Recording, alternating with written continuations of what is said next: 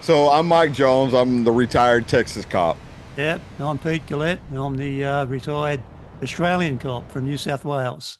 It's interesting that we're like a couple of musicians, but we're just jamming with different stories. I'm enjoying it. So thanks so much for your Yeah. time. Yeah, I was telling Wade that, if you say something, then that'll jog a memory of mine. It's a half a world away, but it's, Yeah, it, different names, but the same people, you yeah. know? Fascinating, isn't it? Yeah, and so we last episode we talked about some of the similarity, some of the differences, and I Yeah. certainly learned things from that. I thought Pitt might have been someone's name, but then you told me that's an acronym. I learnt about the how you use the sobriety test. I didn't know the bit about the eyes, so that was very interesting for me to learn that. One of the so as I said in an earlier episode, we use random breath testing Hmm. to a big order, and we actually do know that about the sobriety test because one of the curious things about New South Wales law, at least, is that we couldn't use a breath analysis, a roadside breath analysis, if the person got home. So if I'm following someone, got the red and blue lights on, and they pull into their driveway, I can no longer use a roadside breath testing device on them. And we then, Wow. and it's just one of the odd things about the law. And then, if I suspect them of being intoxicated, then I have to subject them to the sobriety test. So, but in my time in the coppers, I think I did that twice. So it's And pretty what is the sobriety test for you guys? well similar to what you're talking about. Yeah, Okay. and one of the things about police, it doesn't matter if you just get sworn in or you've been in 50 years, we are immediately held by the court to be an expert in sobriety. So we can give expert evidence about sobriety in court, but that's only relevant if you can't use the breath analysis because the breath analysis it's scientific evidence. So Yeah. Yeah. one of the things that we used to do was that the there's an authority in New South Wales. In fact, every state in Australia has it that's in charge of licenses and registration. I forget what they're called this week. They change quite regularly. But what they used to do, this organisation would employ police to conduct random breath testing operations. So it would be on one of your rest days, and for I think it was 5 hours, a 5 hour shift where you would do nothing but pull cars over and breath test them. There might be half a dozen police involved in each operation, and so in 5 hours you'd be testing hundreds of drivers. You Anyway, know, that's, I'm sorry, Peter. I thought you were done. Go ahead. Sorry. during one of these operations, because there's just cars being pulled over. There's police out on the road pulling them over. You're just going along, breath test. And so one of these drivers, I'm looking at her from across the car, and I start to realise she's the local magistrate, which is what you might Oh, call a judge. She's the yeah. local magistrate. And every breath test you do, there's a thing called a formal demand, which I think you were supposed to give before each breath test. But you just don't do that. Everyone knows what you're doing. And so this magistrate, who we nicknamed Judge Judy, and she was, you might say she was on the side of the prosecution. Well, that's probably the wrong way to put it, but she was, she was very tough, but she went down straight down the middle of the line. Anyway, and she looked at me and she said, with a very cheeky voice and a smile, she said, "Well, you better do this right, bedn't you?" Oh, Uh, yeah. I started to trot out the formal demand, and she said, "Oh, don't worry about that." Anyway, Yeah. So we have what they call the portable breathalyzer. Well, let me back up, Peter. You said that you guys, the law down there, you could just randomly pull over mhm, somebody, right? mhm. In I can only speak for Texas, but I think it's like this in the whole United States. You have to have probable cause here in for you can't just pull over somebody because you want to, you know, everybody to do this random breathalyzer test, right? Mhm.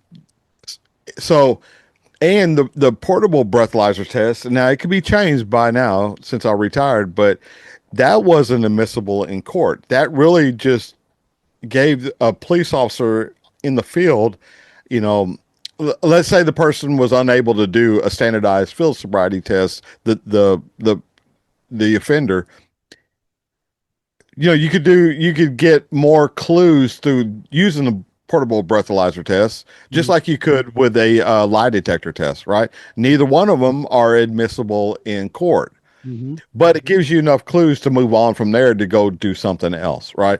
I mean, you really don't want to tow somebody's car on the side of the road because you think he's intoxicated and not do the standardized field sobriety test. Arrest him, put him in the back of your car, take him all the way to the station, have his car impounded, get to the station. He consents to give you a sample for the breathalyzer, and he comes back and he's not drunk. Mhm. Now you got to unravel all that, you know? And there, I think there could be a good argument that you infringed on his constitutional rights too by false imprisonment. I don't know that the Supreme Court would find in favor, but the thing is, you know, we all swear an oath to the Constitution, so you don't want to take somebody's, you know, illegal search and seizure. You don't want to violate that, you know. And I know a lot of civilian people think that that's what cops do all the time is violate civil rights, and that's what cops are thinking about all the time is not violating somebody's civil rights, you know.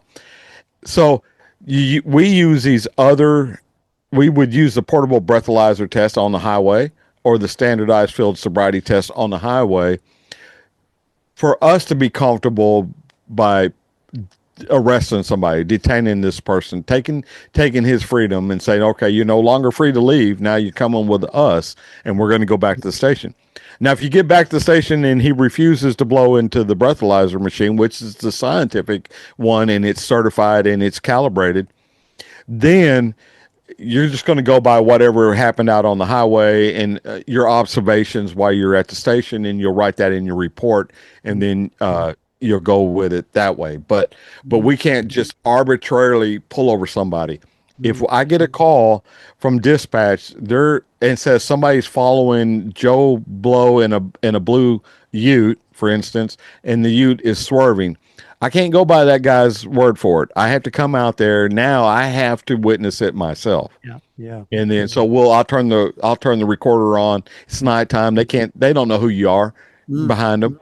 Mhm. And we'll record, you know, we'll record the person, you know. And that's still not enough.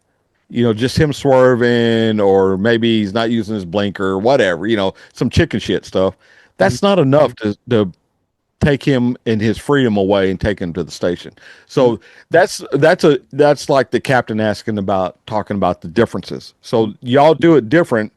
You Mhm. have that authority. We don't have that authority here. We have to have some. He's got to have something to for us to be able to articulate that he's violating some law. Is Mhm. if that makes sense? Maybe this might be a philosophical argument, but Australia, well, this is not philosophical. Australia, um, the white Australia or modern Australia or whatever you want to call it, was founded when the English came here, in the 1700s, and then they decided to send all their prisoners here. The Yeah, First Fleet, the Second Fleet, right through. And I think that has actually some merit that Australia has a mentality of prisoners and jailers, and police would fall into the category of being the jailers. And police and people here are submissive. There's almost this mindset of being submissive. yeah, I think yeah. that They're has raised that way. some merit because I could almost guarantee that if I went up a particular street and I pointed to some bloke and said, "Mate, you can't wear a green shirt in Smith Street on a Wednesday. Go home and change it." They would go home and change it.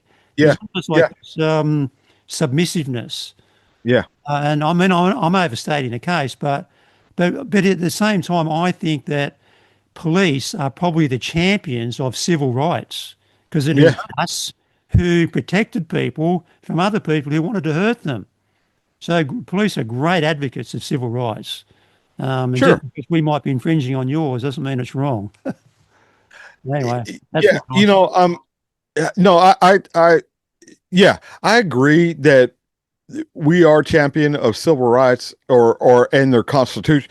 For us, it's constitutional rights is whatever is, written Yeah. in the Constitution. But we talked about it one of the either the last episode or the episode before that, of how at least around where I was a police officer, people treated me with respect, and I know in other parts of the country that doesn't happen, police have a bad name and we're our worst enemy I mean, you can watch the news and see where a police officer, did something stupid and it makes us all look bad. We all get painted with that same brush. Mm, So we're our own worst enemy, mm, but to abuse that power, sometimes uh, it goes to some of these police officers' heads, because like you said, if you were to tell somebody to take off you can't wear a green shirt. Well, that's not in the law anywhere, but he's going to obey you because of the position that you hold. He's not going to obey you if you're eating fish and chips and you're in civilian clothes. He doesn't know you're a cop. He's going to tell you kiss his ass, right? Or he's going to slap the hell out of you. mm, But because you have that uniform on and he's brought up in a way that to respect police officers, then you have a duty to make sure you don't overstep your boundaries. mm, That's how I view it because we can all be dictators and tell everybody you got to Tuesdays, everybody's got to eat tacos tomorrow. You mm, know, I mm, mean, it could be stupid like that, mm, uh, but as police officers, we have to know the Constitution, we have to know the law, and we have to know what their rights are, and we have to abide by that. Uh, we have a saying here in the United States. It's a baseball term that the tie goes to the runner. If the runner gets to that base at the same time the ball gets to that base, the runner is safe. yeah. We say the same thing in police work. Mm, The tie goes to the runner. Did he run that stop sign or didn't he run that stop sign? mm, Sometimes it's. So I just tell my guys, I mean, the tie goes to the runner. mm, There'll be a next time. If this guy is, if he's running stop signs and he's not gonna stop just because you stopped in this one time. You'll get him again. mm. But Right. but Yeah. don't infringe. If it's so close, don't attempt to infringe on his constitutional rights. Yeah, we have a concept in New South Wales and probably Australia wide is it in the interest of justice to do Yeah, this? And if it's not that's good. it's almost like justice is an individual or a thing or a personality. So we but going back to just to some of those funny stories is that during one of those random breath testing operations. Now I can tell you that when you're doing one of those operations, you don't say random breath testing 500 times because it could come out incorrectly. You go RBT if you get to my drift. You've been pulled over for a Yeah, random breath test. Sometimes that comes out horribly wrong.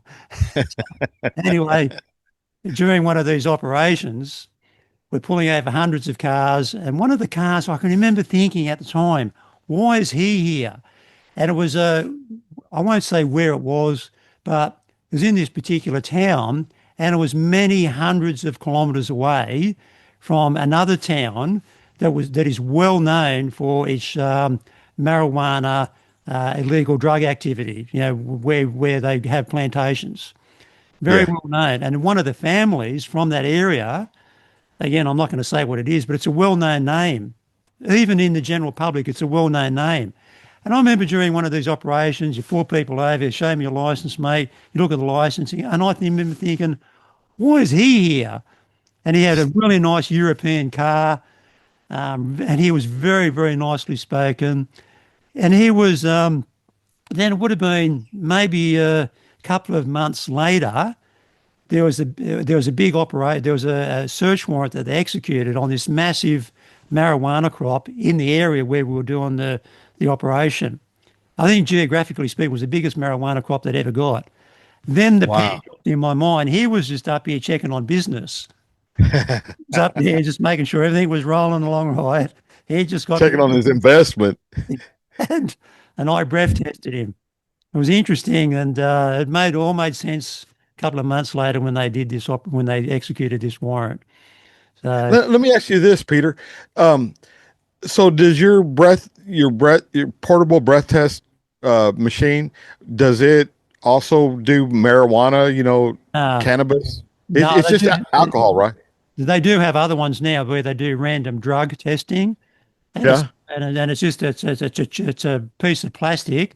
You've got to stick your tongue out and you drag it backwards against the tongue, and it just gets the DNA from the tongue, and then that goes into another machine, and that gives them an indicator of what sort of drug. The random drug testing is roadside random drug testing. I've never done it. It came out, I think, after I got out, so I've never done it.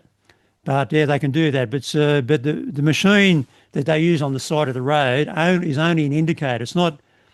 Although that's changed since I got out, they can now proceed for low range drink driving. They can proceed simply on the side of the road. You get what's called a criminal infringement notice. Mm. Call it a sin, criminal infringement notice. And whereas before you had to go back to the station and go on the breath analysis machine. So Yeah. all that's changed since I got out. Yeah, but they do both of it now, and Huh. they're catching a lot of people getting around with drugs in their system. So Yeah. Yeah. We what? have some of our officers go to other training. I didn't go, but it's called drug recognition expert, or DRE. And you might see it on YouTube. Somebody might show up and say, "Hey, I'm a DRE guy." Or let's say I pull over somebody and I suspect that he's impaired, but it's not alcohol. Oh, yeah, Uh, yeah, and as police officers, we also know that mm,